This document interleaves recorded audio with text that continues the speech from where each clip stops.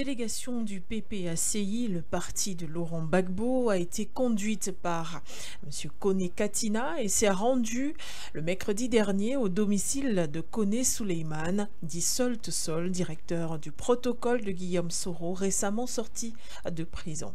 L'objectif de cette visite était de lui apporter le soutien du président Laurent Gbagbo, mais aussi réclamer, demander son retour d'exil. Nous en parlerons dans le cadre de cette émission, mais nous parlerons également de cette candidature demandée du PPACI de Laurent Gbagbo, d'ailleurs, qui a répondu par l'affirmative, même si les confirmations restent attendues lors du prochain congrès du parti. Nous essaierons également de nous interroger sur cette candidature, alors même que Laurent Gbagbo reste inéligible aux yeux de la loi en Côte d'Ivoire. Où va le président Laurent Gbagbo lorsqu'il demande le retour d'exil de Guillaume Soro? Pourquoi a-t-il besoin de Guillaume Soro dans la réconciliation nationale? Mais surtout, comment le président Laurent Gbagbo réussira-t-il à mettre sur pied ce qu'on a appelé un programme inachevé ou alors suspendu depuis 2002, alors même que celui-ci est inéligible aux yeux de la loi de la Côte d'Ivoire? Pour avoir plus de réponses dans le cadre de cette émission, nous recevons Okosisi Baba Nicolo. Il est activiste panafricaniste ivoirien. Merci d'être là dans le cadre de cette émission. Bonsoir. Alors, bonsoir, Dame Bégoudé Madone. Bonsoir à For You Media et son équipe. Bonsoir à tous ces Africains qui suivent ce combat du panafricanisme, ici sur ce panel de panafricains. Merci pour le choix de ma personne et j'espère que je pourrai apporter aussi ma pierre à l'édifice de l'Afrique que nous sommes en train de construire tous ensemble. Merci de m'avoir invité. Et merci d'avoir honoré cette invitation. Merci à tous de nous écouter, de nous regarder. Regard panafricain commence tout de suite.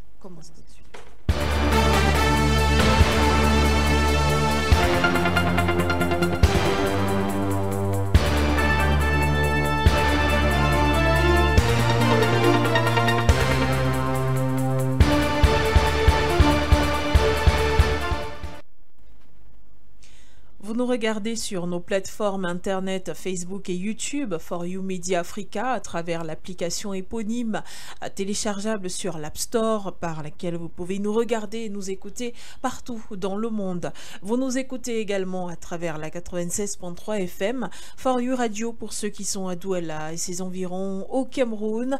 Merci pour votre fidélité qui nous honore. Okosisi Baba Nicolo, nous parlons de la politique en Côte d'Ivoire. Eh bien, avant de discuter ensemble de cette candidature de Laurent Gbagbo, parlons déjà de ce besoin de réconciliation nationale en Côte d'Ivoire pour lequel le PPACI, le parti de Laurent Gbagbo, demande la présence de Guillaume Soro sur le territoire ivoirien. Déjà, peut-être la première interrogation que l'on pourrait mettre sur la table, Okosisi Baba Nicolo, serait: est-ce que la Côte d'Ivoire aujourd'hui a réellement besoin d'une réconciliation nationale? Si oui, a-t-on réellement besoin de Guillaume Soro pour la mettre sur pied? Alors, merci. Merci pour cette question qui va nous faire entrer dans l'ambiance de la politique ivoirienne. Est-ce que la Côte d'Ivoire a besoin de la réconciliation? Si oui, est-ce que Soro Guillaume y contribuera, en guillemets? Alors, vous voyez, la réconciliation est un mot qui concilie des gens. Dans la vie de tout individu, de tout foyer ou de toute nation, lorsqu'on passe des étapes douloureuses comme l'a connue la Côte d'Ivoire, c'est un impératif, c'est une nécessité. Parce que les hommes passent, mais les États restent. Oui, la Côte d'Ivoire a besoin de réconciliation. Comme beaucoup de pays avant la Côte d'Ivoire qui ont traversé des moments tumultueux. En Afrique du Sud, après l'apartheid, lorsque les ancêtres africains ont réussi à mettre en avant un homme qui avait tout le charisme et qui représentait lui seul cette longue lutte, ce long combat, M. Nelson Mandela, il y a eu un moment où les Sud-Africains noirs et blancs, ils ont décidé de traverser cette mare de vérité, justice, réconciliation, qui a naturellement parlé de vérité, justice et réparation. Beaucoup d'exemples comme ça, je peux vous citer. La Côte d'Ivoire vient de loin. Ce n'est pas un secret de polichinelle de ce que les Ivoiriens, entre eux, avec la force de l'international qui a appuyé Ouattara, a combattu, a tué des millions et des millions d'Ivoiriens. Beaucoup sont allés en exil, beaucoup sont aujourd'hui handicapés à vie, beaucoup sont en prison, d'autres sont sortis, d'autres sont encore en prison, et certains en exil, dont sur le Kibafoué. Cette réconciliation-là, est-ce qu'elle passe nécessairement par le retour de Soro Guillaume? Dire oui, ça serait mentir. Pourquoi je le dis? La réconciliation de la Côte d'Ivoire a buté contre le refus d'un homme qui a pris les armes pour être là, de réconcilier les Ivoiriens. C'est-à-dire, la réconciliation de la Côte d'Ivoire passe indubitablement, nécessairement, inévitablement par le départ d'Alassane Dramane Ouattara de la place qu'il usurpe et dont Soro Kibafoué Guillaume et ses amis ont aidé à ce qu'il s'asseye. Ça, c'est le premier point. Deuxièmement, pour y arriver, est-ce que Soro Guillaume contribuera à la réconciliation? Dans la constitution ivoirienne, il est interdit que des Ivoiriens soient en exil. Dans notre constitution, l'exil est un crime.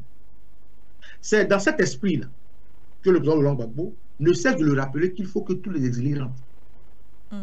Le président Laurent Gbagbo, qui est un homme qui est collé à la loi, à ce qu'on écrit, à la constitution, à ce que la société accepte d'écrire, comme le dit souvent lui-même, il faut respecter ce qu'on a écrit. Soro Guillaume dehors, c'est un pan de la réconciliation qui n'est pas couplé. C'est-à-dire, la réconciliation, si elle doit s'entamer, est bancale.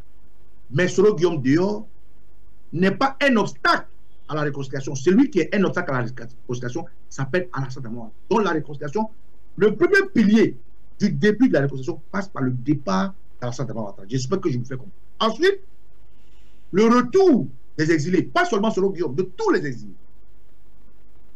Un forum de réconciliation, comme l'avait déjà organisé le président de Rwanda. Une séquence de vérité pour que les Ivoiriens qui ont vu des parents à un moment donné mourir, handicapés, exilés, et comprennent ce qui s'est passé. Même si, entre-temps, avec la longueur du temps, des langues se sont déliées, dont les langues de Soro Guillaume lui-même, dont les langues au procès avec le président Gbagbo à la CPI, donc d'autres langues de certains témoins. Mais si Soro Guillaume est dehors, si les Ivoiriens, comme moi, nous sommes dehors, si certains encore en prison, d'autres qui sont morts, d'autres blessés sans réparation, ça glue, c'est-à-dire ça crée, comment on pourrait appeler, un caillot contre la réconciliation. D'ailleurs, je vais rappeler ici, pourquoi je dis que la réconciliation passe nécessairement par le départ de Ouattara. Il y a eu une commission qui a été créée avec l'argent du contribuable ivoirien à coût de millions.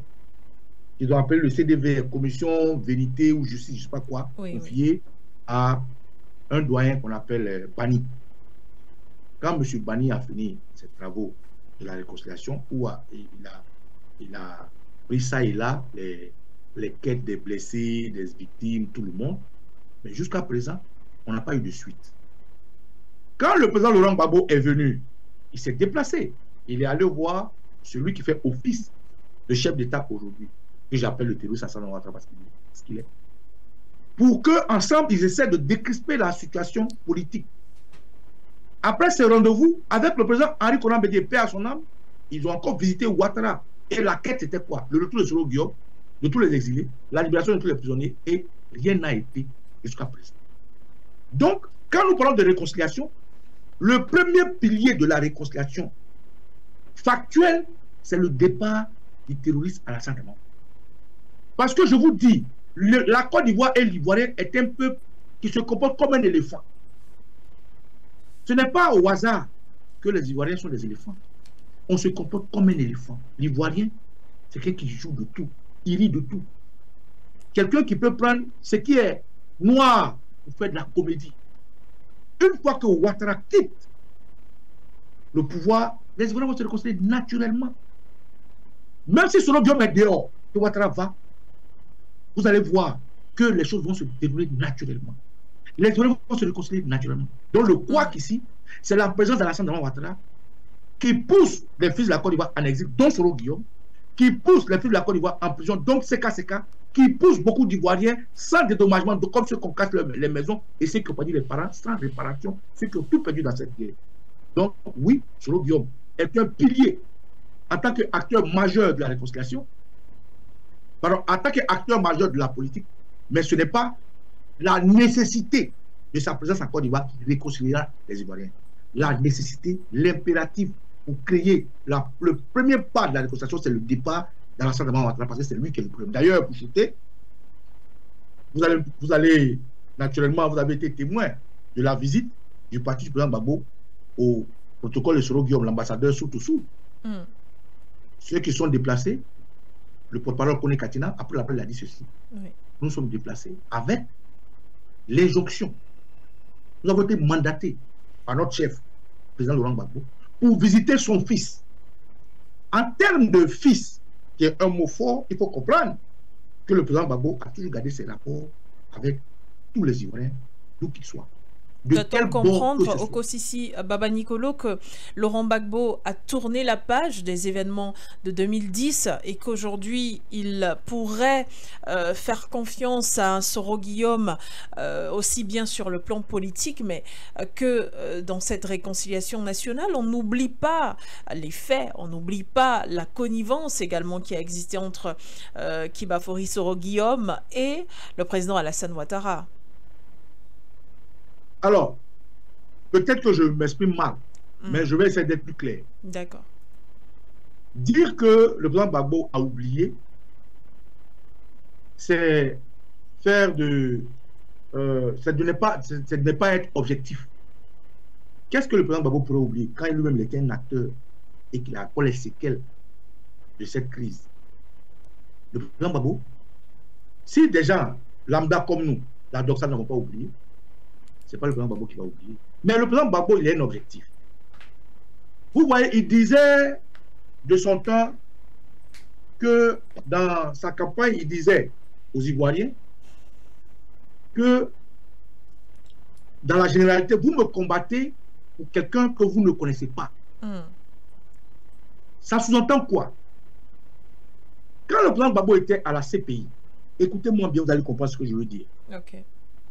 Quand le président Gbagbo était à la CPI et qu'il a pris la parole pour expliquer ce qui est arrivé à la Côte d'Ivoire, il n'a pas porté le doigt sur Ouattara en tant que tel. Il a expliqué à la face du monde que c'est la France qui a fait le travail. Il a exposé la France. Parce que pour lui, Ouattara n'est rien qu'un boy de la France. Ouattara n'est rien qu'une main séculière que la France a toujours utilisée, comme la France l'a utilisé par le passé dans d'autres pays africains en tant qu'historien. Le président Gbagbo n'a mentionné le nom de Ouattara que pour parler de ses forces rebelles.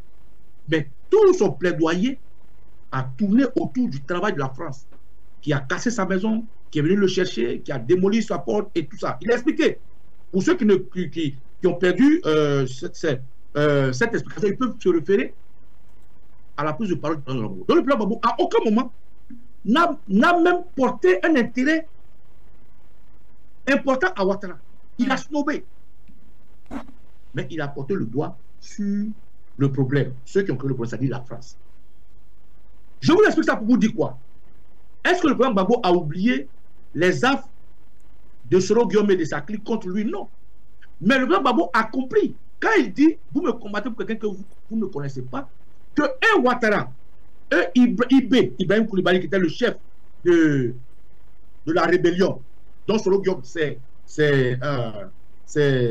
a accepté de prendre en charge, de prendre sur lui, sur tout le monde. Peut-être que vous ne savez pas. Il y a un frère de l'armée qui s'appelait Ibrahim Koulibaly, qui était dans les Zinzins et les Baïfouets, ceux qui ont fait le coup d'État au président Rikonan Bédié, ceux qui, après l'arrivée du président Gueye Roubert, il y a eu une sorte de cheval blanc qui sont retrouvés au Burkina, adoubé, armée organisée par Blaise Compaoré sont revenus, il s'appelle IB.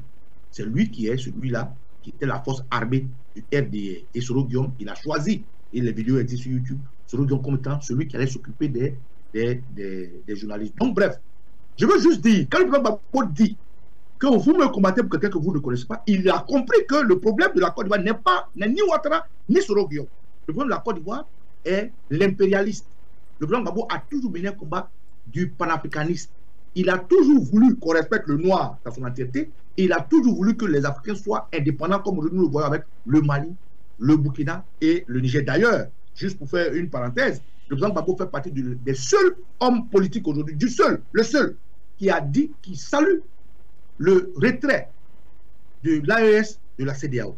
Il a été le seul homme politique, quand bien même condamné de façon, comment dirais-je, régulière le coup d'État, à attirer l'attention sur le fait que ces coups d'État soient aujourd'hui applaudis, alors que hier, ça aurait été décrié, parce que le moment est arrivé où la démocratie a perdu sa valeur dans le sens propre, où ceux qui font des coups d'État, comment on appelle ça, coups d'État civils, font plus de dégâts que ceux qui font des coups d'État armés. Quand on fait le bilan sur le coup d'État du Mali, du Burkina, de la Guinée et du Niger, il n'y a pas eu de mort. Mais sur les coups d'État de troisième mandat, dont Ouattara est le maître, il y a eu des millions et des millions de morts. Les gens décapités en Côte d'Ivoire. Donc le président Gbagbo n'a pas de haine contre Soro Guillaume en tant que tel. Parce qu'il sait que c'est quelqu'un qui a été manipulé, utilisé. Il sait que Ouattara est quelqu'un qui est une main séculière de la France qui veut garder les Africains dans la population. Le président Gbagbo a un combat qui est noble, 2 fois plus grand. Donc quand vous demandez est-ce que le président Gbagbo a oublié ce que Soro a fait, je vous dis que le président Gbagbo, il n'a jamais mis Soro Guillaume en tant que déstabilisateur de la Côte d'Ivoire sur sa liste. Ceux qui ont déstabilisé la Côte d'Ivoire pour lui, c'est l'Occident, c'est la France. Alassane Dramane Ouattara a été utilisé, à travers lui, les jeunes Ivoiriens. Quel alibi est-ce que Soro Guillaume a présenté dans son livre Pourquoi j'étais rebelle? Je vous informe. Soro Guillaume dit, c'est parce qu'à un moment donné, en Côte d'Ivoire, lui, Soro Guillaume, il a été contrôlé pour une pièce. Et comme il venait du Nord, qu'il était en bout, les policiers lui ont manqué de respect, ils l'ont brutalisé, ils sont partis avec lui, entre guillemets. Dans son livre, Pourquoi j'étais rebelle. Donc si quelqu'un présente cet alibi comme étant la raison pour laquelle il a pris les armes, le président Gbagbo est assez intelligent pour comprendre que c'est juste un leurre. Donc il ne peut pas en vouloir à Soro Guillaume. Quand bien même la Côte d'Ivoire et les Ivoiriens, aujourd'hui, dépeignent Soro Guillaume comme étant un rebelle, un assassin, nous tous nous avons combattu Soro Guillaume jusqu'avant qu'il prenne cette posture contre Ouattara, que je salue. La posture de Soro Guillaume actuellement contre Ouattara, je salue et je l'encourage. Donc, est-ce que le président Gbagbo a fait tabula rasa de ce qui s'est passé? Est-ce que le président Gbagbo a pardonné à Soro Guillaume? Le président Gbagbo connaît le problème. Il sait que les pays africains, en tant qu'historiens, ont toujours eu à un moment donné des fils utilisés par l'oligarchie mondiale, par la civilité de l'impérialisme. Mais s'il faut faire tomber l'arbre, il ne faut pas attaquer les fruits, il faut attaquer la racine. Donc oui, le président Gbagbo n'a pas oublié. Le président Gbagbo sait, comme il a dit à Soul to Soul, lorsque Kone Katina est parti, Kone Katina a dit ceci. De quelque manière que ce soit, le président Gbagbo a toujours prié pour vous. Ça veut dire qu'il a compris que ces jeunes-là sont égarés aujourd'hui, mais demain, ils reviendront à la raison. Et il a dit lui-même, pour ceux parmi vous qui seront chanceux, ils iront soit en exil, soit en prison. Ceux qui n'auront pas de chance, ils vont mourir. Et si aujourd'hui, Soro Guillaume a cette posture, il doit cette posture aux armes qu'il attrape. Donc le président Gbagbo, naturellement, pour suivre la logique de l'homme qu'il est, n'a pas de problème contre Soro Guillaume. Il n'a pas de problème contre Soro Guillaume. Il a un problème contre ceux qui veulent déstabiliser la Côte d'Ivoire, c'est-à-dire les Français et les impérialistes. Il n'a même pas de problème avec Ouattara. La preuve, malgré ce qu'il a subi, il allait voir Ouattara. À votre avis, est-ce que vous, Bégoudé, de vous à moi, vous avez eu cette force-là de faire ce qu'il a fait dans la contre Ouattara? Le président Laurent Gbagbo, Ouattara a témoigné. Sans qu'on lui dise que le président Laurent Gbagbo a été celui-là qui a fait héliporter, pour ne pas dire voyager sa mère malade en Europe pour qu'on la soigne. Mais quand le président Gbagbo a perdu sa mère en prison, la CPI a contacté l'État de Côte d'Ivoire pour voir dans quelle mesure, ensemble, pour trouver un accord pour Ouattara le président Gbagbo vienne. Ouattara a refusé. Beaucoup d'exemples que je peux vous donner. Donc, cher Bégoudé, oui, Soro Guillaume est un élément clé pour cette réconciliation. Oui, le président Gbagbo aujourd'hui demande le retour de Soro Guillaume, mais ce n'est pas dans l'amour de Soro Guillaume en tant que tel. C'est constitutionnel. Et le président Gbagbo l'avait déjà dit une fois dans l'un de ses speeches, il a dit, je ne demande pas à Soro Guillaume de revenir parce que je l'aime ou parce qu'il me manque, mais pour qu'il vienne, pour qu'ensemble on puisse voir ce qu'il a fait, pour qu'il en profite en Guinée. Donc, l'approche du président Gbagbo est quelqu'un qui est égal à lui-même. Il est humaniste, il est humain, il est démocrate, il est politique et ça fait partie aussi des gestes politiques de l'homme qu'il est. Il n'a jamais changé. Si Ouattara s'est déplacé, si le président Gbagbo s'est déplacé pour voir Ouattara, si le président Gbagbo aujourd'hui est invité par l'Union européenne et qui se déplace alors qu'il sait bien que c'est eux qui l'ont arrêté, si le président Gbagbo aujourd'hui décide d'envoyer des gens voir Soutousou, ce n'est pas naturellement sur le Guillaume qui va gagner. Pas de problème pour Soro. Merci, merci Okosisi Baba Nicolo. Alors on comprend après votre analyse, vos différents points de vue que Guillaume Soro reste une pièce maîtresse dans cette mise en place de la réconciliation nationale du côté de la Côte d'Ivoire. Il est un pion important dans cette réconciliation nationale, non pas par amour ou alors par confiance, mais uniquement à cause du rôle que celui-ci a joué et certainement pour pouvoir mettre la main ou le doigt sur les véritables petites mains ou alors grandes mains qui ont travaillé derrière cette déstabilisation de la Côte d'Ivoire. Mais Okosisi Baba Nicolo, quel serait le plan du PPACI justement pour non seulement le retour de Guillaume Soro, mais également de cette réconciliation nationale? Le PPACI aujourd'hui veut-il se positionner en véritable plaidoyer pour cette réconciliation nationale et comment cela serait possible? Alors, le PPACI est un parti politique qui aujourd'hui joue son rôle dans l'opposition. Contrairement à ce que le RDR essaie de faire passer ou d'enfumer, disant que le GPR de Soro Guillaume serait dissous, selon eux, il y a quand même de l'oxymoron, il y a eu un paradoxe. Dans ceux qui ont visité Soul, amis et frères fidèles de Soro Guillaume, il y a un groupuscule de personnes du RDR qui sont partis le voir avec un groupe pour saluer l'homme, parce qu'il vient du Nord naturellement. Or, l'homme représente un monument du parti de Soro Guillaume. Le PPACI, quand le PPACI se déplace pour voir Soul, le porte-parole Koné Katina ne manque pas de dire que c'est le président Laurent Gbagbo qui les envoie saluer son fils. Donc il y a d'abord un message fraternel. Ensuite, s'enquérir de ces nouvelles en tant que quelqu'un qui sort de prison parce que le président Gbagbo lui-même il connaît là. Et au-delà de ça, il n'a pas manqué de dire qu'il a demandé que Soro Guillaume rentre. Parce que c'est un acteur majeur de la politique ivoirienne. D'abord parce qu'il a été Premier ministre, ensuite de l'Assemblée nationale. Donc, tout ça mis ensemble, il y a un coup politique qui se joue. Mais la politique n'est pas amorale. La politique n'est pas inhumaine. La politique n'est pas barbare. Il y a aujourd'hui deux styles de politiciens. La politique classique, puisque la politique, la démocratie, en guillemets, la démocratie est importée par la colonisation des Occidentaux. Donc, ceux qui ont copié la démocratie dans sa globalité, les vrais, il y a le président Laurent Gbagbo. Et il y a ceux qui ont copié la démocratie brutale de Machiavel, il y a Alassane Ouattara. Le président Gbagbo sait que la politique, la démocratie et la politique, c'est un jeu. Il faut convaincre et non vaincre. Oui, hier, Soul a fait un cercueil estampillé Gbagbo pour dire qu'ils se retrouvent à Gbagbo. Oui, hier, Soro Guillaume a écrit un livre pour dire pour expliquer pourquoi elle était rebelle. Oui, hier, ils ont tenu tête au président Laurent Gbagbo. Mais est-ce que pour autant le président Laurent Gbagbo devait se mettre dans une position vengeresse? Est-ce que cela profiterait à la Côte d'Ivoire? La Côte d'Ivoire, eux, tout va passer. Il y a un message même dans la politique, il y a une éducation qu'on donne. Nous pouvons ne pas être d'accord, mais nous pouvons nous accorder sur l'essentiel, le pays. Donc, c'est dans ce paradigme-là que le président Gbagbo est. Dans ce raisonnement logique, humain que le président Gbagbo est. Donc oui, il y a un coup politique, un parti politique et se déplacent pour pouvoir des leaders de notre parti politique. Parce qu'aujourd'hui, nous sommes de l'opposition. Le GPS est dans l'opposition. Le PPACI est dans l'opposition. Le GPS souffre du martyre que vit le PPACI et d'autres partis.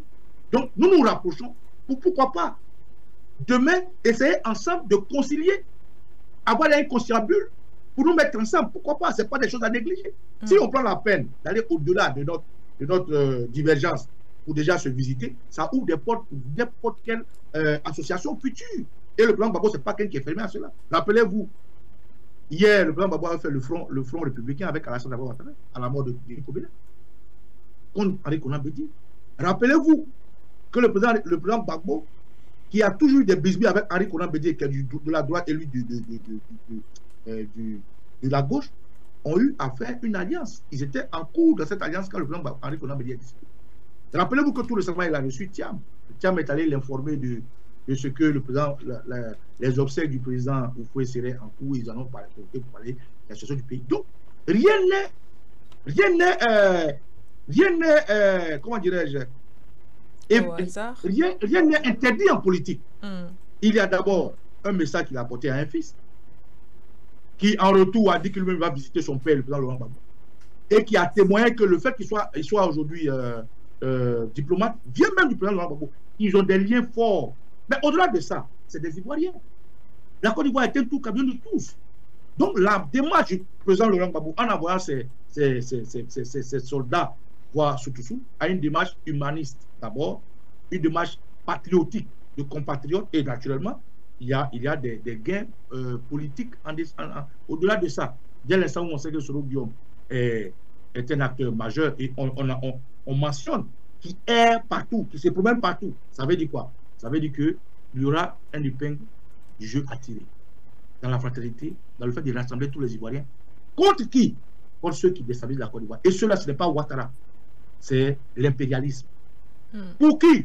Pour que la Côte d'Ivoire sorte comme le Mali, comme le Niger, comme le Burkina. Pourquoi? Parce que les panafricains aujourd'hui ont compris qu'avec les médias dont vous, madame, ce que vous faites, il faut qu'on mette toutes nos forces de conflit ensemble pour y arriver. Si Soro Guillaume fait partie de cette force-là naturellement, ça sera un bon coup de PACI qui aurait eu le que pour rassembler ces frères-là hier avec lesquels ils étaient en business. Donc pour moi, oui, il y a un impact politique, il y a un impact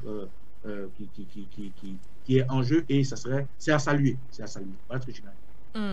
Merci Okosisi Baba Nicolo. Eh bien, on va poursuivre dans cette émission, cette fois-ci en parlant de la candidature possible à l'élection présidentielle de 2025 de Laurent Gbagbo.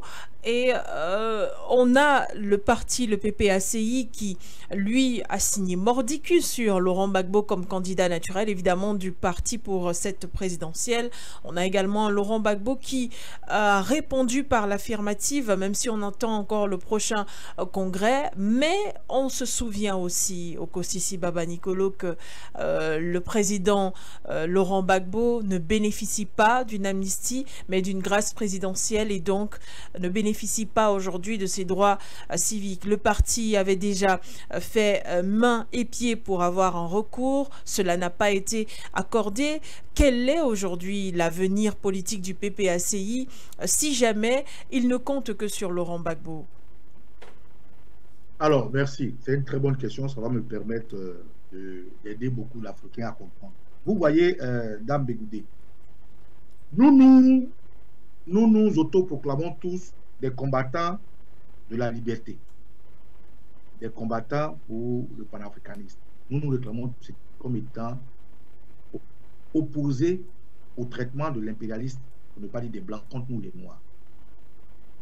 Est-ce que le président Laurent Gbagbo, aujourd'hui, a fait ses preuves, honnêtement parlant?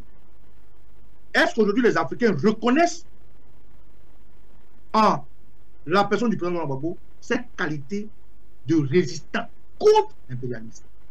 Moi, je vais répondre par l'affirmative. Oui. La majorité des Africains reconnaissent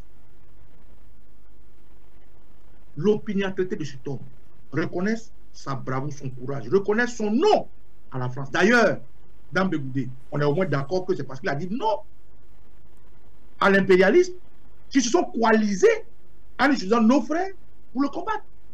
Mm. Pour être avec eux, c'est facile. Il faut juste être contre ton peuple. Mais pour être contre eux, il faut juste être avec eux. Mais quelle était la vision politique du président Laurent Gbagbo? Son combat, depuis l'opposition, du temps du président Houphouët-Boigny, dans la clandestinité, de la clandestinité en exil, de l'exil à son retour, de son retour au multipartisme, du multipartisme à son arrivée à la présidence, de la présidence à son arrestation. Quel était son objectif? L'Afrique libre. Est-ce qu'il l'a prouvé par A plus B? Oui, il est resté digne. Et à la CPI, le monde entier qui a réuni l'ONU et l'ONU qui a créé sa justice, qu'il appelle CPI, où on connaît la loi à l'international, où les décideurs choisissent de qui fait quoi, qui ne fait pas quoi. Le président Laurent Gbagbo était à la CPI. Et la CPI dit, monsieur, vous êtes libre, partez de chez nous. Donc aujourd'hui, quand le PPACI dit que nous voulons toi, mais c'est une logique, c'est une vérité irréfragable. De vous à moi, lorsqu'on va pour une bataille, quelle arme on prend? On prend des armes qui conviennent à la bataille. Combien de boulet, est-ce que c'est faux ce que je dis? C'est ça. Dites-moi, en très cher. Quand vous qui êtes camerounaise, vous qui êtes notre belle famille, lorsque l'équipe du Cameroun veut jouer, souvent il y a des Camerounais qui s'amusent à faire le classement pour le coach. Pourquoi? Parce qu'ils veulent des joueurs à la hauteur du championnat et à la hauteur de l'adversaire. Ça, c'est une parenthèse. Pour vous dire quoi? Lorsque vous allez en guerre, vous utilisez tout ce que vous avez comme atout. Quel est le meilleur atout que le Parti des peuples africains, section Côte d'Ivoire, PPACI, a? C'est d'avoir quelqu'un qui est rodé de la lutte. D'avoir quelqu'un qui a vu le lion, au lieu de prendre quelqu'un qui a entendu qu'il y a un lion. Le président Gbagbo s'est battu contre l'impérialisme depuis dans la clandestinité, contre Houphouët-Boigny. Quand on parle de Houphouët-Boigny, on parle de quoi? On parle de l'impérialisme, puisque c'était un agent de la France-Afrique. Après, le président Houphouët-Boigny, lorsqu'il a obtenu le multipartisme et qu'il est arrivé au pouvoir, qui l'a combattu? Les impérialistes. Ils l'ont arrêté brutalement, déporté. Là-bas encore, il les a battus, les sortis. Bon, de vous à moi, quel CV peut égaler le CV du président Gbagbo? Des gens exposent des choses subjectives sur son âge. Mais est-ce que dans la constitution ivoirienne, l'âge est un délit pour se présenter? Est-ce que dans la loi internationale, l'âge est un problème? Sinon, le président Paul Biya est toujours président au Cameroun. Le Joe Biden, il va se représenter, il est encore vieux.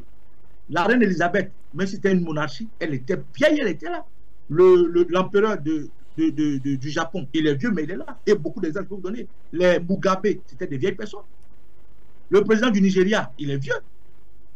Est-ce que, de façon réaliste, l'âge est un handicap?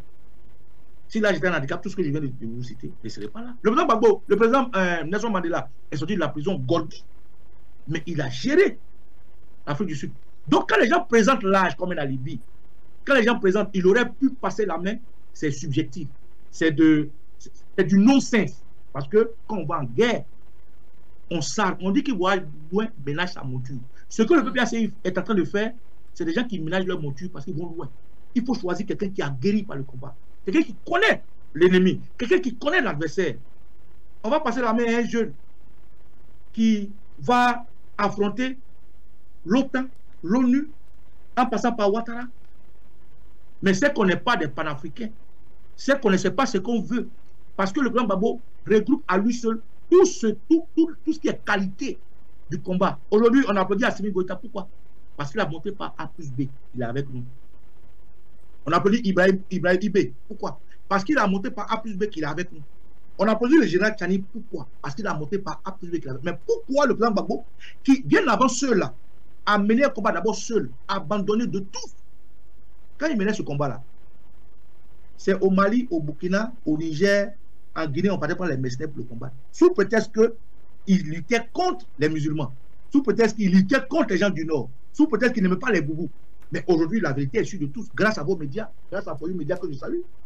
La vérité est sûre de tous que c'était un mensonge organisé pour nous diviser. Donc voilà le bagage politique, le bagage panafricain de Laurent Gbagbo. Comment vous voulez que vous, dans une équipe, vous avez un monsieur comme ça, vous le laissez parler prendre d'autres personnes, sous prétexte qu'il est âgé?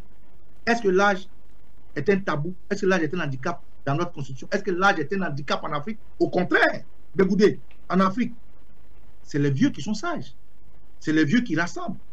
C'est la sagesse du président Gbagbo, c'est l'âge qu'il a qui fait qu'aujourd'hui, il va au-delà pour aller voir des jeunes frères qui hier n'ont pas été là quand le pays avait besoin d'eux et qui ont même piqué la glaive au pays. C'est l'âge et l'expérience du combat qui fait qu'aujourd'hui, il peut aller au-delà de lui-même pour pardonner à des gens comme Alassane Ouattara qui ont permis qu'on le déporte pour aller les visiter. C'est l'âge qui fait qu'aujourd'hui, quand il est venu, qu'il a observé la situation de la Côte d'Ivoire, il s'est mis dans une posture de combativité. Donc pour moi, le PPACI n'a fait que redonner à cet homme-là, comme on le dit, donner à César ce qui est à César et à Dieu ce qui est à Dieu. Le PPACI a fait que renouer avec la suite du combat. Parce que le président Gbagbo n'a pas terminé sa mission. Un jour, j'étais sur un plateau de Foyer Média où un de mes collaborateurs parlait de... Il serait sorti grand s'il avait passé la main. Mais le président Gbagbo et Nelson Mandela n'avaient pas la même mission. Nelson Mandela a atteint son objectif. Il a fait 27 années de prison. Quand il est sorti, il a été plébiscité par son peuple pour prendre la destinée de son peuple. Il a fait vérité, réconciliation, vérité, justice, réconciliation. Il a fait tout ça pour son peuple. Il a légué à son peuple ce que un homme de sa trempe pouvait léguer. Il a atteint son objectif. Mais Gbagbo, il a commencé un combat pour le respect du noir. Il a commencé un combat pour que les peuples africains se prennent en charge. Il a commencé un combat pour que les peuples soient souverains. Il n'a pas terminé ce combat. Ils l'ont combattu. Il était seul contre tous. Ce n'est pas maintenant où tout est prédisposé, où son combat a pu toucher des cœurs, où son combat a pu ouvrir des portes, qu'il est revenu. On va dire, va t'asseoir, va prendre quelqu'un d'autre qui lui va commencer à zéro. Non. C'est paradoxal de le dire. C'est ne pas avoir de la vérité de le dire. Parce qu'aujourd'hui, il n'y a pas mieux que le président Gbagbo en Côte d'Ivoire, surtout dans son parti, pour sortir la Côte d'Ivoire de l'ornière. Mieux, le président Gbagbo, pendant qu'on parle de lui de façon péjorative, les gens oublient, ceux qui se disent panafricains là, le président Gbagbo fait partie, pour ne pas dire le seul président, ou ancien président qui a dit que le retrait de l'AES ou la CEDEAO est raisonnable, est salutaire, il faut saluer. Le seul, personne ne l'a dit. Personne, aucun président ne l'a dit, aucun. Il a été le seul à le dire. Mieux, les coups d'État qui se passent en Afrique de l'Ouest, avec le Mali, le Burkina, la Guinée, le Niger et j'en passe, oui. Il a été celui qui a donné un enseignement pour dire, naturellement en tant que démocrate, en tant que civil, lui qui n'aime pas les coups d'État, et il condamne naturellement, comme c'est de façon standard, il arrive quand même à comprendre pourquoi aujourd'hui les coups d'État sont applaudis. C'est une manière de dire, il y a contre les coups d'État civils qui font des morts et les coups d'État militaires qui ne font pas des morts, une leçon à tirer, c'est la rectification de la démocratie. Et cette démocratie est applaudie par les jeunes parce que ce qu'on fait miroiter comme étant une démocratie des civils engrange plus de morts que ce qu'on fait miroiter comme étant quelque chose à abattre les coups d'État politiques. Donc, en gros, quelqu'un qui a tout ce bagage-là, vous voulez qu'il croise les bras pour regarder des jeunes qui n'ont même pas le minimum d'expérience qu'il a, pendant qu'il a toutes ses facultés mentales, morales et physiques, là. Je vais shooter par votre problème d'illégibilité dont vous parlez. Tout à l'heure, quand j'ai parlé de ce que la CPI avait dit. Oui. Mais c'est une comédie quand on parle d'illégibilité du plan Gbagbo. Oui, vous avez bien fait de dire pour la loi de Côte d'Ivoire, parce que la loi de Côte d'Ivoire, aujourd'hui, c'est la loi de Ouattara. Ce n'est pas la justice comme une justice normale, hein. C'est le vainqueur qui fait sa loi. Donc, cette phrase, vous l'avez bien fait. Je vais vous expliquer, Madame Madone. Oui. La CPI, on est d'accord que c'est une justice internationale, on est d'accord. La CPI, lorsqu'elle a libéré le président Gbagbo, lui a donné ce qu'il a fait, une grosse, pour faire valoir acquis de droit à tout le monde. Dans la justice internationale, quand bien même on n'est pas des juristes, comme on sait lire, il y a un principe de non bis idem. qui veut dire quoi? On ne peut pas vous juger pour la même chose déjà jugée. La CPI a donné une sentence. La CPI a blanchi le président Gbagbo. Il lui dit tu es innocent. Normalement, dans un monde qui se respecte, puisque le président Gbagbo a été combattu, attrapé, déporté comme un voleur, alors qu'il était au palais présidentiel, dès l'instant où on s'est rendu compte qu'il est innocent, puisque c'est les mêmes gars, les Français et leurs qui l'ont déporté, qui l'ont libéré, on devait le ramener là où il était, ou bien normalement. Mais comme le monde évolue avec la force des armes, on l'a amené le monsieur, on l'a déporté de son pouvoir présidentiel, on l'a jeté à la rue, on dit bon, tu es innocent, va. Et la CPI dit qu'il est innocent. En Côte d'Ivoire, on dit non, non, non, non, non. Ce que la CPI a dit là, ce n'est pas bon. Il y a eu une banque qui a été cassée à Mans. Mans, c'est une ville à l'ouest de la Côte d'Ivoire. C'est Laurent Gbagbo qui a cassé. Alors qu'à la CPI, il n'était pas auteur. Il était co-auteur. On se comprend, Bégoudé? Il n'était pas auteur. Il était co-auteur. Mais le co-auteur qu'il était, qui a été relaxé, on dit qu'il est maintenant l'auteur des casses de la BCAO. Or, la BCAO jusqu'à présent n'a pas porté plainte contre le président Gbagbo. Et d'ailleurs, la justice, c'est des preuves. Lorsqu'on cassait cette banque, le président Gbagbo était bel et bien au pouvoir. Il résidait au sud, c'est-à-dire à Abidjan, et la banque a été cassée dans la zone CNO, la zone qui appartenait aux rebelles, dont à Ouattara. C'est les rebelles qui ont cassé la banque. Comment est-ce que quelqu'un qui est à Abidjan peut être en même temps à Mans en train de casser une banque? Donc, cette histoire d'illégitimité, c'est juste un leurre. C'est un jeu de mots. C'est une fornication de l'esprit. Les gens sont en train de préparer l'opinion, votre opinion, notre opinion, l'opinion de la communauté internationale pour préparer une autre guerre contre la Côte d'Ivoire. Le président Gbagbo n'a pas de mandat d'arrest en Côte d'Ivoire. Il a dit lui-même, écoutez, il dit, c'est une comédie de mauvais goût. Il n'est concerné ni de près ni de loin. Il ne demande ni une grâce présidentielle, ni une amnistie. Mais pour avoir une grâce présidentielle, il faut avoir fauté. Il faut être condamné. Mais lui, il n'est pas condamné. Il a été acquitté. Bégoudé, le président Gbagbo a été acquitté, oui ou non? Il a été acquitté, effectivement. Alors, qu'est-ce qu'une grâce présidentielle vient faire dans la main de quelqu'un qui a été acquitté? Deuxièmement, une amnistie. On amnistie qui? Quelqu'un qui est condamné. Donc, le terme illégalité qu'ils utilisent, que nous reprenons sans cesse, sans comprendre, c'est un leurre, c'est une comédie. C'est une préparation de l'esprit pour une guerre qui prépare contre la Côte d'Ivoire. Parce que Ouattara veut prier un 4e mandat. Ouattara va faire la guerre en Côte d'Ivoire pour un 4e mandat. Donc déjà, il faut préparer les subconscients, il faut préparer l'esprit des Africains à dire que le Laurent Gbagbo va créer la guerre. Or, le Laurent Gbagbo a été acquitté de la Côte d'Ivoire. Il est rentré libre en Côte d'Ivoire sans casier judiciaire. Donc, cette illégibilité, est, comme vous l'avez dit, est la loi de Ouattara. Ce n'est pas la loi de la Côte d'Ivoire. Ce n'est pas la justice. Parce que la justice a ce principe de non bis in idem qui fait de président Gbagbo un homme libre. Libre de candidater, libre de faire des élections, libre d'être dans un parti politique. D'ailleurs, vous ne trouvez pas qu'il y a un paradoxe? Comment quelqu'un qui est condamné peut être président d'un parti politique? Parce que le RDR de Ouattara a donné comment ils appellent ça le papier qu'on a pour créer le parti politique. Les partis, on appelle ça ils ont validé, c'est-à-dire le ministère de l'Intérieur a validé le parti du président Gbagbo en Côte d'Ivoire. Mais le président Gbagbo, quand il venait en Côte d'Ivoire, il venait de la CPI. Lorsqu'il partait rencontrer Ouattara, là, il n'était pas prisonnier, il n'avait pas ses 20 ans. Donc Ouattara rencontre aujourd'hui les prisonniers. Écoutez, c'est un leurre, c'est une comédie, c'est un oxymoron, c'est du paradoxe qui n'a pas de tête, juste parce qu'ils ont peur de lui politiquement. Parce que la France ne veut pas qu'il joue le jeu politique, donc ils vont créer ces termes-là pour amener les Africains qui sont très, très, très émotifs, les Africains qui ne lisent pas beaucoup, à rentrer dans leur jeu pour dire le président Gbagbo, il n'y a pas son nom sur la liste. Non, le président Gbagbo n'a pas à ne pas avoir son nom sur la liste. C'est de l'injustice, ce n'est pas la justice, c'est de la politique. Or, ce qui fait que Ouattara sera vite rattrapé, et ce qui donne la force de ce que le président Gbagbo a dit, c'est que lorsque hier, Ouattara était inéligible pour s'être prévalu d'une autre nationalité, pour lui c'est légal, clair, il s'est prévalu d'une autre nationalité, le président Gbagbo est allé prendre un article de notre constitution qui nous donnait le droit, l'article 48, pour faire de Ouattara un candidat. Mais ça a été un geste politique. Ok. Mais on se comprend ou pas? Je vous comprends, Okosisi Baba Nicolas. Donc, Ouattara doit ça non seulement aux Africains, Ouattara et ses Français doivent ça aux Panafricains, ils doivent ça à la justice. Voilà où le président Gbagbo, dans son intelligence, a accepté, avec tout ce qui est à jour, de dire qu'il est candidat. Il est candidat parce que Ouattara n'avait pas son nom sur la liste. Mais le président Gbagbo a pris une décision politique en usant d'une loi et la loi constitution pour faire de lui un candidat. Donc Ouattara, aujourd'hui, la pêche est à sa porte. Comme je vous ai dit, il y a deux styles de politique.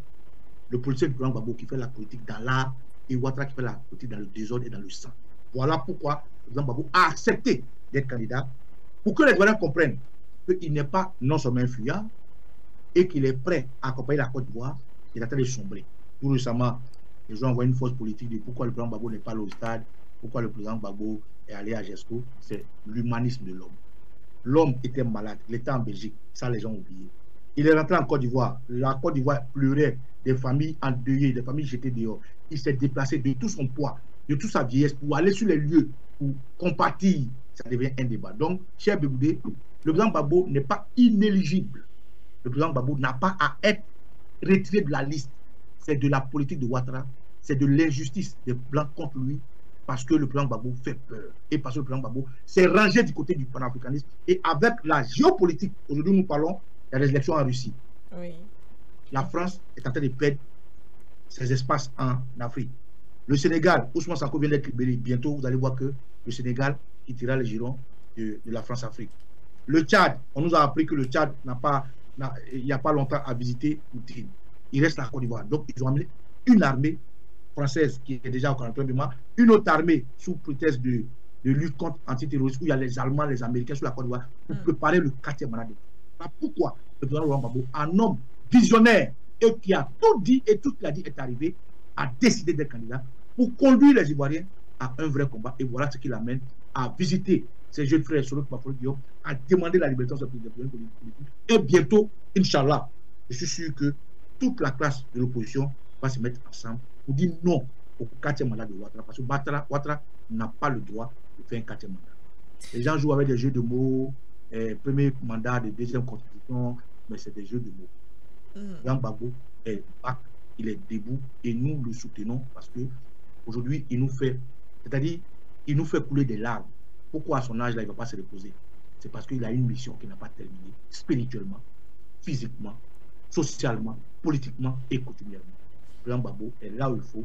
Le PPACI n'avait pas mieux que lui et la loi qui dit qu'il est illégal est une loi qui est faite. C'est un leurre, c'est une comédie parce que là c'est à libérer le président Laurent Gbagbo au vu et au su de tout le monde.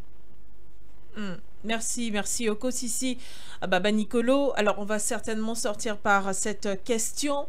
On ne saurait parler d'une candidature à l'élection présidentielle 2025 de Laurent Gbagbo sans mentionner ses anciens compagnons, sans mentionner évidemment ses anciens soutiens. Alors à l'aune de cette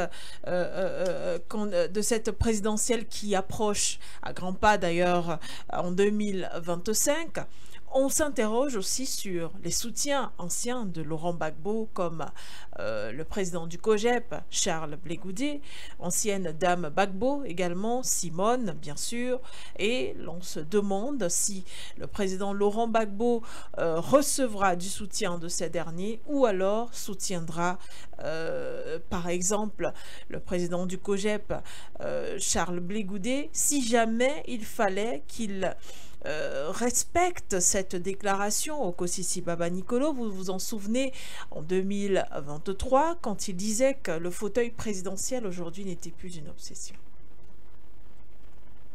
Alors, effectivement, le président Gbagbo est un homme qui ne se dédie pas. Oui. Le pouvoir présidentiel n'était plus une obsession pour lui aujourd'hui. Hier, ce n'était pas une obsession, c'était une démarche pour y arriver. Aujourd'hui, j'ai tout eu. La phrase est complète. Il dit, j'ai gravi les échelons de ma vie. Je suis arrivé au sommet. J'ai été président. Donc, être président pour moi, ce n'est pas un challenge en tant que l'individu, comme tout homme pourrait avoir. Avant hier, c'était un challenge pour lui. Aller être président pour pouvoir libérer les Africains. Mais aujourd'hui, ce n'est plus une obsession, naturellement. Il a dit, d'abord pour accepter la demande du PPACI, que plusieurs fois, ils m'ont interpellé dessus. Et j'ai donné des réponses qui ont déçu certains et qui ont eu de l'ambiguïté pour d'autres. Alors aujourd'hui, je vous réponds de façon pragmatique. Oui, je suis candidat, je suis avec vous. Je suis un soldat. Un soldat, il n'a pas le choix. Je ne sais pas si on se comprend. Ce n'est pas son obsession. C'est la demande de son parti. Il est militant. Il est membre du parti. Il a un rôle important, quand bien même président du parti. Ces militants ont dit, c'est toi qu'on veut. Naturellement, il a acquiescé, il a accepté. Donc, quand il dit que ce n'est plus une obsession, il a raison et il est dans sa démarche. Le plan Gbagbo, ce n'est pas quelqu'un qui fait. Quand il dit quelque chose, il fait. Quand il pense quelque chose, il le dit. Et quand il dit quelque chose, il le pense. Quand il finit de dire ça, allons dans la question que vous avez posée concernant ses camarades. Il n'y a pas que Charles Blé Goudé et Maman Simon. Oui. Il y a aussi Mamadou Koulibaly. Effectivement. Il y a beaucoup. Il y a même Afingissa. Vous voyez, les politiques évoluent en fonction de la réalité du moment. Aujourd'hui, qui aurait cru que le plan Gbagbo aurait dépassé une équipe pour aller voir Soro Guillaume, ne pas y aller voir Soro. Qui aurait pensé que le plan Gbagbo, de son retour, pouvait aller chez Ouattara? Qui aurait pensé que le plan Gbagbo pouvait même faire une alliance avec le plan économique de personnes? Mais c'est arrivé. Rien n'est à exclure. Je dis simplement que aujourd'hui, il ne s'agit pas du plan Gbagbo en tant que tel. Il s'agit de récupérer notre pays. Ça, il faut que les gens le comprennent. Oui. Il ne s'agit pas du plan Gbagbo, l'individu. Il ne s'agit pas le plan Gbagbo, le plan du PPA, il s'agit de récupérer notre pays. Ça veut dire que ce programme inachevé au Kosisi Baba Nicolo, on a bientôt terminé. Ça veut dire que ce programme inachevé de Laurent Gbagbo pourrait être mené et combattu d'ailleurs par un autre individu, mais avec une onction, un soutien de Laurent Gbagbo, si on vous comprend bien. J'ai pas compris, j'ai pas compris. Je dis, vous parlez du fait que ce n'est pas aujourd'hui une question d'individu en Côte d'Ivoire, en la personne de Laurent Gbagbo forcément. Alors, ce programme inachevé, cette symphonie inachevée, comme ont bien voulu l'appeler les partisans du parti PPACI, pourrait être tenue, menée et combattue par une autre personne, mais soutenue par Laurent Gbagbo, pas forcément lui, mais soutenue, je pèse bien mes mots, par Laurent Gbagbo et accompagné par celui-ci, si on vous a bien saisi? Oui, ce qui passe pour la Côte d'Ivoire, le plan Laurent Gbagbo s'aligne là-dessus. S'il faut mettre quelqu'un en avant avec un consensus, le plan Gbagbo est prêt à le faire. La Côte d'Ivoire passe avant que sa personne ne passe pas, il a déjà dit. D'accord. Merci Oko Sisi Baba Nicolo. Je ne sais pas si vous aviez terminé sur les autres soutiens de Laurent Gbagbo et de l'avenir politique justement avec ou sans ses anciens soutiens. Mais déjà peut-être la dernière question, est-ce que Laurent Gbagbo a foncièrement besoin de ces soutiens-là, foncièrement besoin de tout ce que vous avez cité tout à l'heure, que ce soit Charles Blé Goudé ou encore Afingessa ou autres personnes au Kosisi Baba Nicolo? Alors, je vais répondre. Vous voyez, le président Laurent Gbagbo, nous qui l'aimons, sans aide de son parti politique, nous nous définissons comme étant des Gbagboïstes. Okay. Et moi, je m'amuse à dire que mon Gbagboïsme, moi, Baba Nicolo, c'est le président Laurent Gbagbo avec son triangle, c'est-à-dire Maman Simone Veil Gbagbo et Charles Blé Goudé et tous les autres. Mais aujourd'hui, la vérité est que Charles Blé Goudé a un parti politique. Maman Simone Veil Gbagbo a un parti politique. Le président Gbagbo a un parti politique. C'est un triangle qui, si ce triangle se renforce, ce qui est notre souhait, est fort. Mais ces trois partis politiques-là ont un seul intérêt, la Côte d'Ivoire. C'est-à-dire ils tournent tous sur la Côte d'Ivoire. Même Soro Guillaume, qui hier était avec Ouattara, a quitté Ouattara pour avoir son parti. Il y a le PDCI déjà, avec la mort du président Rico Nambélé, qui est dans la main de Thiam. Tous ceux-là ont des partis politiques. Comment il faut avancer? Est-ce que le président Laurent Gbagbo, autour de qui on doit tous graviter? Est-ce autour de Thiam on doit tous graviter? Ça va s'imposer aux Ivoiriens au moment opportun. Pour le moment, le dire sera peut-être du charlatanisme. Mais en tant qu'analyste, je leur dirai à tous ceux-là qu'en Afrique, l'héritage se lègue, ça ne s'arrache pas. C'est cette manière d'arracher l'héritage qui a mis la Côte d'Ivoire dans ce problème. Il faut que nous soyons africains aussi, nous. Quand bien même politique, quand même démocrate, il faut qu'on mette de l'africanité dans ce que nous faisons. En Afrique, il faudrait mieux qu'on comprenne et qu'on donne aux sages leur place pour pouvoir prendre des décisions sages. Mm. Le président Laurent Gbagbo, sur lequel nous tous pouvons tourner, connaît la France qui combat, connaît l'impérialisme qui combat, et il a un travail achevé. Mieux que nous le soutenions, pour que quand il a atteint l'objectif, il puisse nous passer la main tranquillement, pour que nous, les jeunes, là, on puisse entre nous essayer de savoir qui est le chef, qui n'est pas le chef. Mais je suis sûr comment opportun pour la Côte d'Ivoire, que ce soit Maman Simone Gbagbo, que ce soit le général Charles de Gaulle, que ce soit Mamadou Koulibaly, que ce soit Boni Kabé, tous ceux-là viendront s'abreuver autour de Gbagbo et il va donner les directives. Mais ce que je souhaite et ce que je leur exhorte à faire, c'est de ne pas perdre de vue que Ouattara n'a pas le droit, selon notre constitution, de faire un autre mandat.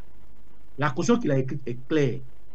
Cissé Bakongo l'a expliqué. Il ne peut pas se présenter, mais il a violé cette constitution, tout prétexte que Bon Koulibaly serait mort. C'est un parti qui va mourir.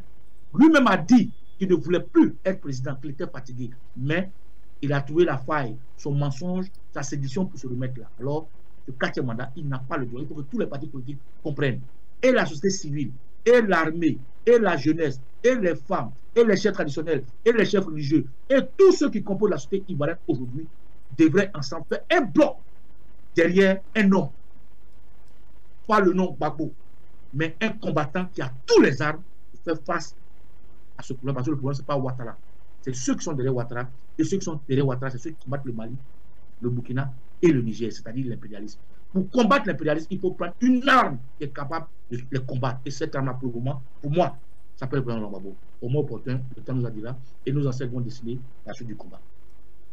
Merci, merci Oko Sissi, Baba Nicolo, merci de vous être prêté à ce jeu de questions-réponses dans cette émission Regard panafricain sur For You Media Africa. Ce fut un plaisir de discuter avec vous, j'espère à très prochainement. Merci beaucoup, merci à vous aussi, à votre équipe. Merci à la partie technico-artistique qui était savamment orchestrée par Kelly à la mise en onde, mais également derrière les caméras et au streaming. Je n'oublierai pas vous tous qui nous avez regardés sur For You Media Africa Internet, sur vos petits écrans, mais également qui nous avez écoutés à travers la 96.3 FM For You Radio, la radio panafricaine à Douala et ses environs au Cameroun. Je n'oublierai pas ceux qui nous ont regardés partout dans le monde à travers l'application For You Media Africa. Très bientôt à tous, l'information et les programmes se poursuivent sur nos différents médias. Au revoir, Yamoussoukro.